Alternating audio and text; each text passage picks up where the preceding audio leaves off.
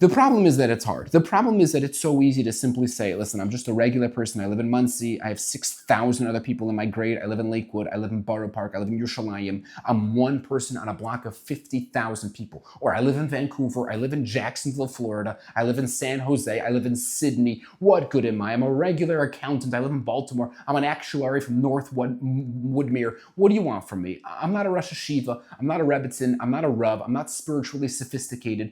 The world would be more than fine without me. Not only is this way of thinking wrong, it's dangerously wrong. And here's why. Hashem told Avram one starry night to go out of his tent and look up and see the stars. You see those stars, Hashem told him? One day your descendants are going to be like those stars. So you ever wonder what exactly Hashem meant by that? That we're going to one day grow to be as astronomically incalculable as the stars? A nation so large in number that we can't count them?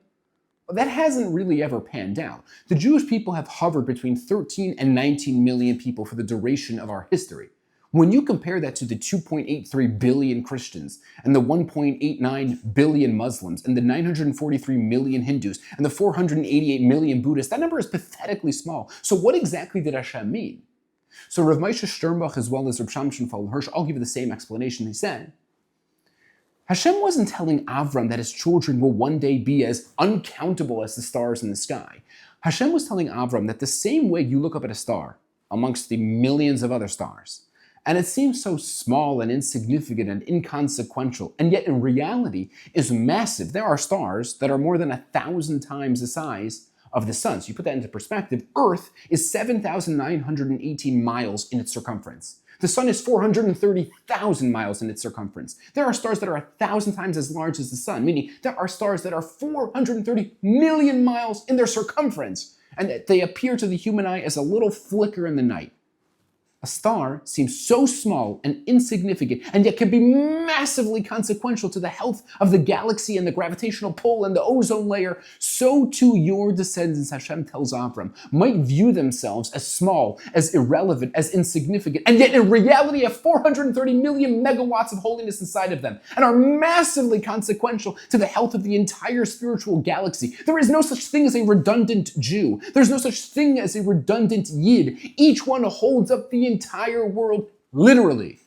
This is why we use the term Yirah Shamayim. Ever thought about it? Why do we use the phrase Yirah Shamayim, fear of the sky? What does that even mean? Why don't we say what we mean to say? The person has Yiras Hashem, or Yiras Alekim, or Yiras HaTorah. Why do we say he has Yirah Shamayim? The answer, says Reb Chaim Voloshin, is that real fear of Hashem isn't just about being afraid of punishment or doing the wrong thing.